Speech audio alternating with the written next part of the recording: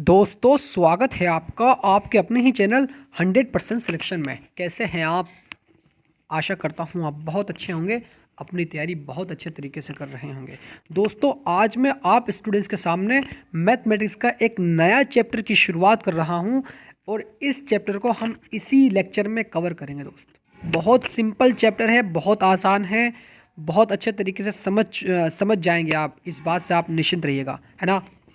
तो आज हम पढ़ने वाले हैं फंक्शन आइडेंटिफिकेशन, यानी हमें फंक्शन ऑफ 2-3 वेरिएबल्स की पहचान किस तरह से करते हैं। हमें कोई इक्वेशन दी होगी और हमें ये बताया जाएगा कि ये इक्वेशन किसकी है, ये इक्वेशन किसकी, ये हमें बताया जाएगा। तो किस तरह से दोस्त हम उसको फाइंड कर सकते हैं, मैं सारी बातें आपको इस लेक्चर में बताने वाला हूँ। आप निश्चिंत रहिएगा, ये 13वां लेक्चर आज होने जा रहा है मैथमेटिक्स का। राइट टॉपिक फंक्शंस आइडेंटिफिकेशन, बस इसमें मैं सारे टॉपिक को कवर करूंगा दोस्त, है ना। तो आइए दोस्त ज़्यादा बात नहीं करते हुए हम क्वेश्चंस की ओर चलते हैं, चैप्टर की ओर चलते हैं, फंक्शंस की ओर। तो इसका पूरा नाम क्या है? फंक्शन ऑफ 2 और 3 variables and identification of surface in space, यानी 2 तथा 3 चरों के फलन तथा अंतरिक्ष में पृष्ठों की पहचान कैसे करते हैं। दोस्त आप बहुत अच्छे तरीके से जानते हैं कि आप अच्छे तरीके से सारी चीज़ें पढ़ चुके हैं। जैसे कि दोस्त some important function of 2 variables, यानी लेफ्ट साइड में आपको फंक्शन लिखना है और राइट साइड में आपको आइडेंटिफिकेशंस लिखनी है। जैसे दोस्त यहाँ पर पहला क्वेश्चन दिया हुआ है, हमें देखिए हमें एक इक्वेशंस दी हुई ये वाली, ठीक है। मैं सारी चीज़ें दोस्तों इसमें आपको बताता चलूँगा, है ना। हमें एक इक्वेशन दी हुई है x² + y² + 2gx + 2fy + c = 0। तो क्या दोस्तों आप नहीं बता सकते कि ये एक वृत्त है? चूंकि दोस्त सेकेंड सेमेस्टर में मैंने सारे टॉपिक को अच्छे तरीके से कवर किया था, राइट। तो यहाँ पर x² + y² + 2gx + 2fy + c और g और f क्या है? g और f उस वृत्त के केंद्र के निर्देशांक है ना। तो ये कौन सी इक्वेशन है? ये एक वृत्त की इक्वेशन है और यानी ये उस वृत्त की इक्वेशन है जिस वृत्त के केंद्र -g, -f होते हैं। तो दोस्तों for example x² + y² + 4x + 6y + 3 = 0 ये हमें दी हुई है और ये कहा कि ये किसकी इक्वेशन है? तो हम कहेंगे ये एक वृत्त की इक्वेशन है। और अगर हम उसमें उसके केंद्र के निर्देशांक निकालना चाहें तो दोस्तों हमें किस वाली इक्वेशन से तुलना करनी पड़ेगी? इस वाली इक्वेशन से करनी पड़ेगी तुलना, इक्वाली। इस समीकरण को हम व्यापक समीकरण भी कहते हैं, जनरल इक्वेशन भी कहते हैं, ठीक है। तो हम तुलना करते हैं इस वाली इक्वेशन से इसकी। अगर हम देखें तो x का गुणांक यहाँ पर 2g है तो 2g लिख दिया और यहाँ पर x का गुणांक 4 है तो = 4 लिख दिया, तो g का मान 2 आ गया। इसी प्रकार दोस्तों यहाँ पर y का गुणांक 2f है तो 2f लिख दिया और यहाँ पर तो f है ही नहीं तो दोस्तों 0 है, तो 2f = नहीं, यहाँ पर 2fy प्लस की 2fy। दोस्तों यहाँ पर देखिए, हाँ ठीक है। y का गुणांक यहाँ पर 6 है, तो 2f = 6 आ गया, तो f का मान यहाँ पर 3 आ जाएगा। तो यहाँ पर g और f की वैल्यू क्या आ चुकी हैं? यहाँ पर g और f की वैल्यू आ चुकी हैं, यानी g का मान 2 और f का मान 3। तो क्या हम नहीं बता सकते हैं कि इसके केंद्र के निर्देशांक -2, -3 है? इतना कुछ नहीं पूछेगा हमसे, वो नॉर्मली हमें इक्वेशन देगा और पूछेगा कि ये किस पृष्ठ की इक्वेशन है, तो हम बता लेंगे आसानी से। इस बात को आप याद रखेंगे, ठीक है। तो और निकालना चाहे तो हम निकाल भी सकते हैं, इसमें कोई दिक्कत वाली बात नहीं है। सी क्या है? यानी कि सी क्या है? हमारा 3 है। बात करें हम रेडियस की, तो इस इक्वेशन की रेडियस की अगर मान निकालना चाहें तो कैसे निकालेंगे? अरे रूट के अंदर दोस्तों g² + f² - c कर देंगे, तो यहाँ से √10 इस वृत्त की इक्वेशन निकल जाएगी जो हमें दी हुई है। ये वाली इक्वेशन जो दी हुई है इसकी हमने केंद्र निकाल दिए, -2, -3 c निकाल दिया और इसकी हमने रेडियस निकाल दी, √10 आ चुकी है, ठीक है। उसके बाद में अगर मैं बात करूं दोस्तों यहाँ से 2x² + 2y² - 6x - 8y + 4 = 0, ठीक है। तो यहाँ से क्या करेंगे? 2 यहाँ से बाहर लेंगे कॉमन, x², चूंकि हमें इसको व्यापक समीकरण में बदलना है। तो कैसे बदलेंगे? जब यहाँ से 2 हटेगा तो 2 कैसे हटेगा? कॉमन लेने पर।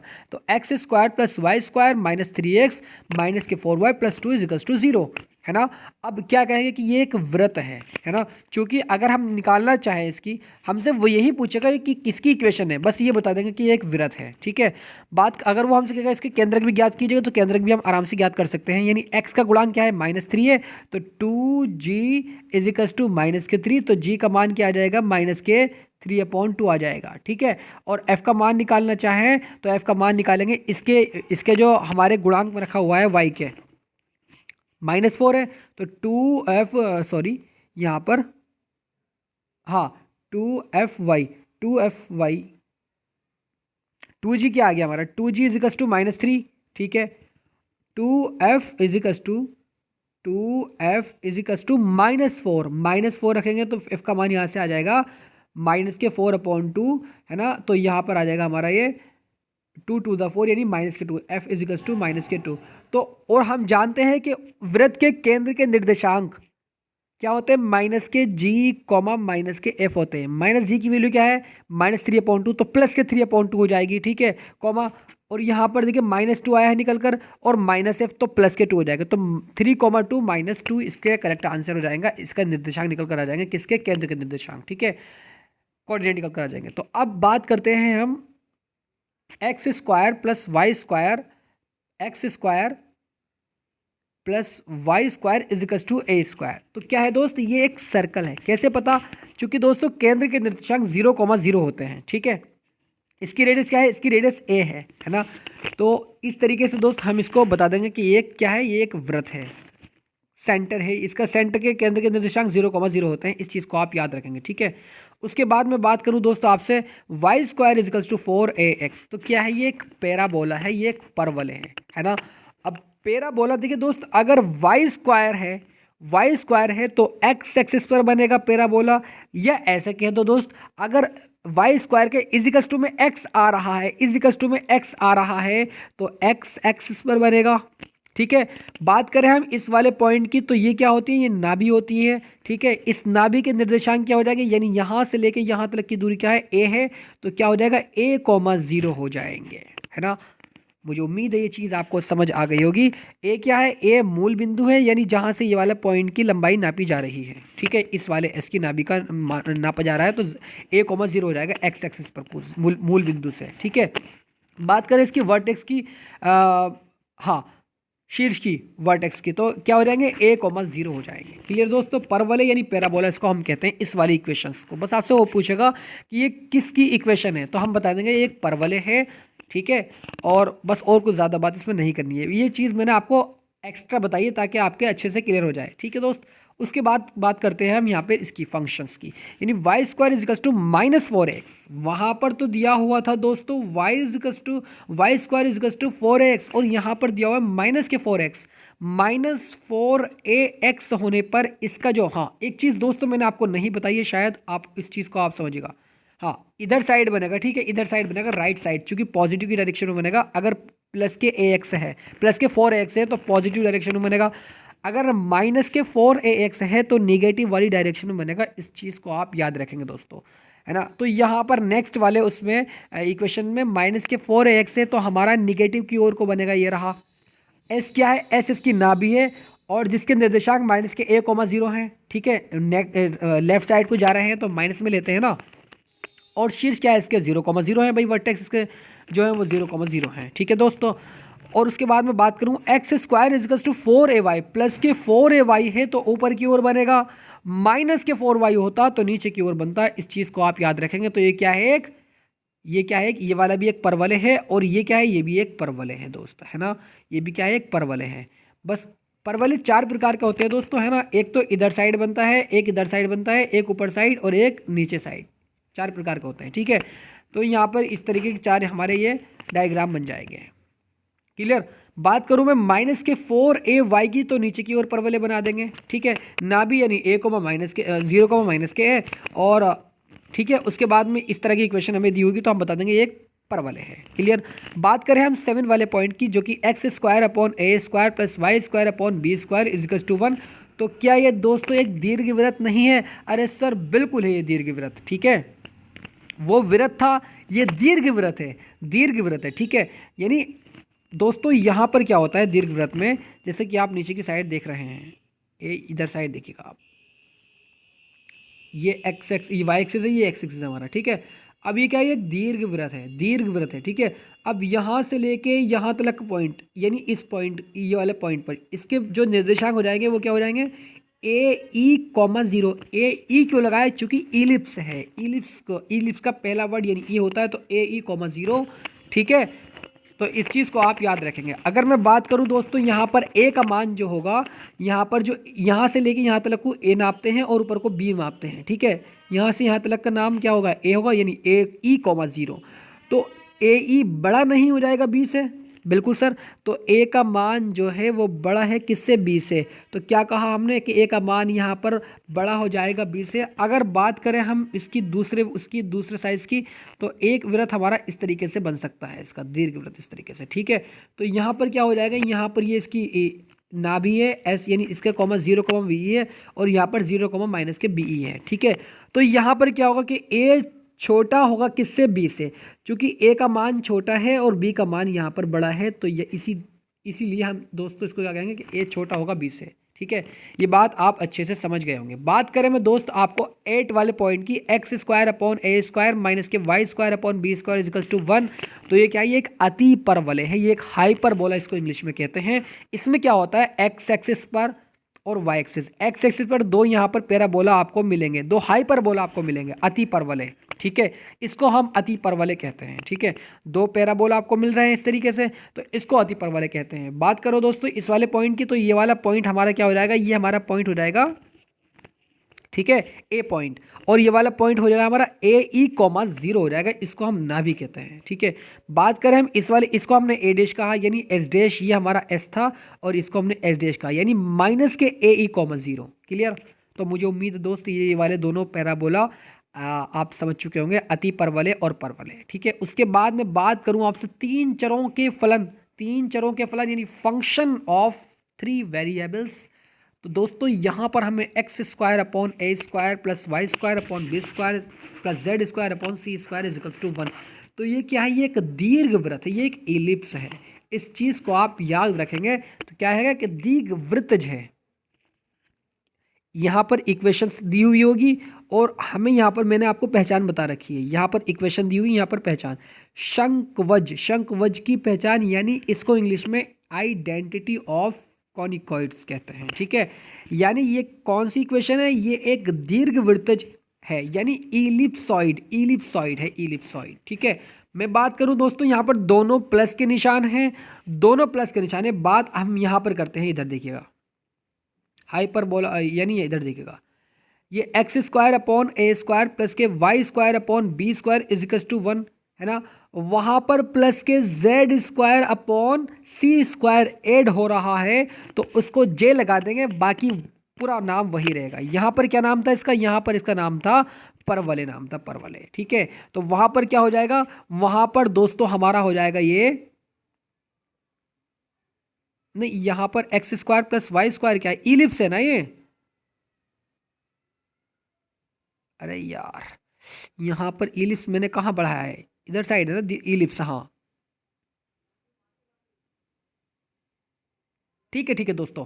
इलिप्स क्या है, x square upon a square plus y square upon B square equals to 1। ये क्या है, यहाँ पर 7 वाला दीर्घवृत्त है, तो वहां पर हो जाएगा दीर्घवृत्तज, यानी इस तरीके से दीर्घवृत्तज, ठीक है। बस जे लगा देंगे, खाली जे, बाकी सब वही रहेगा, ठीक है। और उसमें क्या ऐड हो रहा है, उसमें सिर्फ दोस्तों यहाँ पर plus z square upon C square is equals to 1, यानी ये ऐड हो रहा है। बाकी ये पूरा क्या है, ये पूरा और इज इक्वल्स टू 1 दीर्घवृत्त है, और ये ऐड हो गया है, तो उसमें जे लगा देंगे, यानी इलिप्सॉइड हो जाएगा। क्लियर। बात करूँ सेकंड की, तो एक्स स्क्वायर यहाँ पर दोनों में प्लस था, अब यहाँ पर माइनस आ गया, और जब यहाँ पर माइनस आ गया तो इसको अब क्या कहेंगे, इसको हम कहेंगे वन शीट हाइपरबोलॉइड, ठीक है। यानी अति परवलय एक पृष्ठीय अति परवलय, इसको पहले लिखेगा आप अति परवलय, एक पृष्ठीय अति परवलयज, एक पृष्ठीय अति परवलय जिसका नाम हो जाएगा इस वाली इक्वेशंस का, ठीक है। दोनों प्लस हैं तो दीर्घवृत्तज, अगर एक माइनस है इसमें से तो इसको अति परवलयज कहेंगे, ठीक है। एक पृष्ठीय अति परवलयज, क्लियर।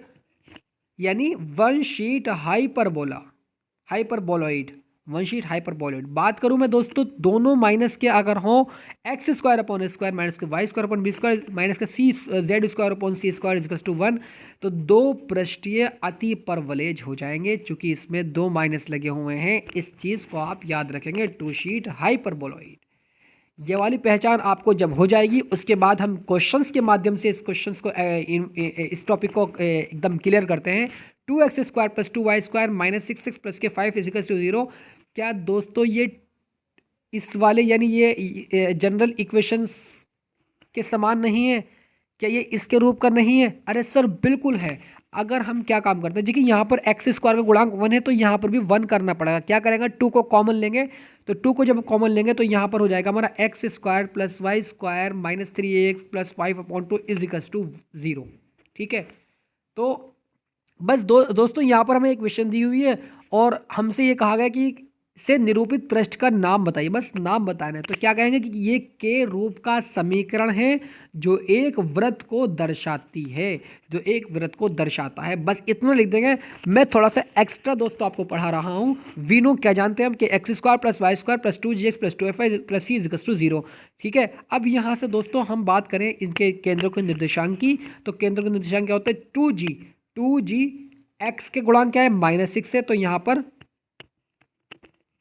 2gx। देखिए -6 यहाँ पर होता तो शायद ये सही हो जाता। यहाँ गलती हुई है क्या भाई? अरे नहीं, बिल्कुल सही है भाई, अरे बिल्कुल सही है भाई, क्योंकि हमने यहाँ से 2 कॉमन लिया है ना। अरे 2 कॉमन लिया है ना हमने यहाँ से, तो 2g और इस x का गुणांक -3 है, तो -3 बिल्कुल सही है। तो g इज इक्वल्स टू -3/2 और यहाँ से 2f इज इक्वल्स टू 0। क्यों? क्योंकि दोस्तों इस वाली इक्वेशन में f का मान नहीं दिया हुआ है, तो 0 मानते हैं, तो f इज इक्वल्स टू 0। केंद्र के निर्देशांक क्या हो जाएंगे, माइनस के g माइनस के f होते हैं, और माइनस g और माइनस पहले से, तो 3/2, 0 नहीं हो जाएंगे, तो सर बिल्कुल हो जाएंगे। ठीक है, तो ये चीज़ आपको समझ आ गई। सी का मान क्या है भाई, सी का मान यहाँ पर 5/2 दिया हुआ है। तो इतनी सारी बातें दोस्तों आपको नहीं लिखनी है, बस लिखना है कि ये के रूप का क्या है, ये के रूप का समीकरण है जो एक वृत्त को दर्शाता है। ठीक है, बस इतना लिखना है। उसके बाद में अगर बात करूं दोस्तों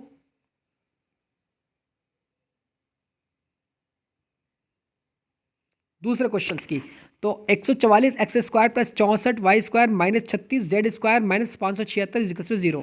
क्या करेंगे दोस्तों, इस वाले फंक्शन को राइट साइड लेकर जाएंगे, क्योंकि इसमें जेड आ रहा है, इसको राइट साइड लेकर जाएंगे तो ये आ जाएगा, यानी प्लस का हो जाएगा। अब इसको अगर हम 576 से इस पूरी समीकरण को भाग कर दें, बोथ साइड डिवाइड 576, तो क्या हो जाएगा 144 एक्स स्क्वायर, यानी इसको डिवाइड कर देंगे। यहाँ पर तो 1 हो जाएगा हमारा कट करके, और यहाँ पर क्या 144 को 12 × 12 नहीं लिख सकते हैं, बिल्कुल।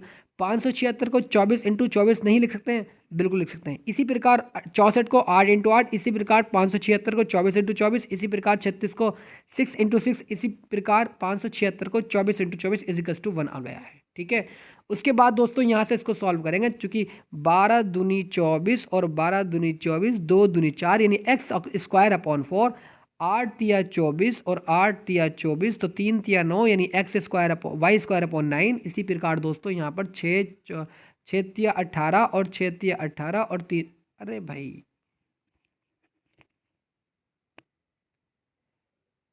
यहाँ पर 6 चौक 24 और 6 चौक 24, 4 चौक 16, बिल्कुल सही है, इक्वल्स टू 1।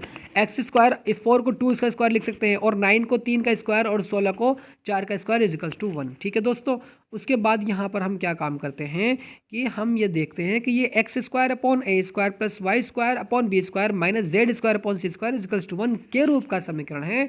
तो ये एक क्या होगा, ये एक पृष्ठीय अति परवलेज होगा, अति परवलेज वन शीट हाइपरबोलॉइड, यानी इसमें एक माइनस आ रहा है, तो वन शीट हाइपरबोलॉइड। ठीक है, बस इतना आपका आंसर हो जाएगा। बाद में अगर दोस्तों यहाँ पर थर्ड क्वेश्चन की करूँ, तो यहाँ पर y square is equal to 4x निरूपित से यानी से निरूपित पृष्ठ का नाम बताओ, यानी इस वाले से निरूपित पृष्ठ का हमें नाम बताना है। क्या बताएंगे भाई, हमें मैंने आपको बताया अगर प्लस के 4x है तो राइट साइड में इसका बन जाएगा एक्स एक्सिस के द्वारा, एक्स एक्सिस की डायरेक्शन में, ठीक है। तो यहाँ पर क्या हो जाएगा दोस्तों हमारा, यहाँ पर हमारा ये एक परवलय हो जाएगा। बात करूँ फोर्थ क्वेश्चन की, तो यहाँ पर फोर्थ क्वेश्चन क्या हो जाएगा, 9x² minus y² minus z² equals to 9, या 9 से, अब दोस्तों पूरी इस इक्वेशन में 9 से डिवाइड करेंगे, 9 से डिवाइड करने के बाद ये कैंसिल और यहाँ पर ये कैंसिल, यानी x², 1 बच्चा नीचे तो 1 का स्क्वायर, और यहाँ पर y² अपॉन 9 को 3 का स्क्वायर, z² अपॉन 1 बचा तो 1 का स्क्वायर इजिकल्स टू 1, ठीक है। यहाँ पर ये चीज़ आने के बाद क्या हम नहीं कह सकते हैं कि ये एक 2 शीट हाइपरबोलॉइड है, क्योंकि इसमें 2 माइनस आ रहे हैं। एक माइनस आ रहा होता तो 1 शीट हाइपरबोलॉइड, और अगर 2 आ रहे हैं तो 2 शीट हाइपरबोलॉइड। क्लियर हो चुका होगा दोस्त। उसके बाद में बात करूँ 4x² plus 16y² plus z² minus 16 equals to 0, 16 को राइट साइड लेकर जाएंगे, भाग करेंगे तो यहाँ से x² अपॉन 2 का स्क्वायर, y² अपॉन 1 का स्क्वायर, z² अपॉन 4 का स्क्वायर इजिकल्स टू 1। तो ये क्या है कि ये एक दीर्घवृत्तिज है, ये एक दीर्घवृत्तिज है, ये एक एलिप्सॉइड है, ठीक है। सभी प्लस के आ रहे हैं, ठीक है, सभी प्लस के आ रहे हैं। दोस्तों मुझे उम्मीद है ये चीज़ आपको बहुत अच्छे से समझ आ गई होगी। मैं उम्मीद करता हूँ दोस्त ये सारे क्वेश्चंस आपको बहुत इजीली समझ आए होंगे, है ना, जैसे कि आप यहाँ पर देख रहे हैं, ठीक है। दीर्घवृत्तज है, दीर्घवृत्तज यानी x² upon a² plus y² upon b² plus z² upon c²। सबसे लास्ट वाला क्वेश्चन क्या है इससे, यानी एलिप्सॉइड है, ठीक है। तो मिलते हैं फिर नेक्स्ट क्लास में, तब तक के लिए बने रहिएगा। God bless you students, love you and take care. अब हम दोस्तों यहाँ पर चौथा पार्ट यानी चौथा चैप्टर स्टार्ट करेंगे नेक्स्ट वीडियो में, तब तक के लिए बने रहिएगा गॉड स्टूडेंट्स आप, ठीक है। और चैनल पर नए आए हो तो चैनल को सब्सक्राइब करना बिल्कुल ना भूलें, क्योंकि दोस्तों मैं आपके लिए इसी प्रकार की वीडियो लगातार लेकर आता रहूँगा जब तक आपका कोर्स कंप्लीट ना हो जाए, ठीक है। तो फिर ठीक है, फिर मिलते हैं, बाय बाय।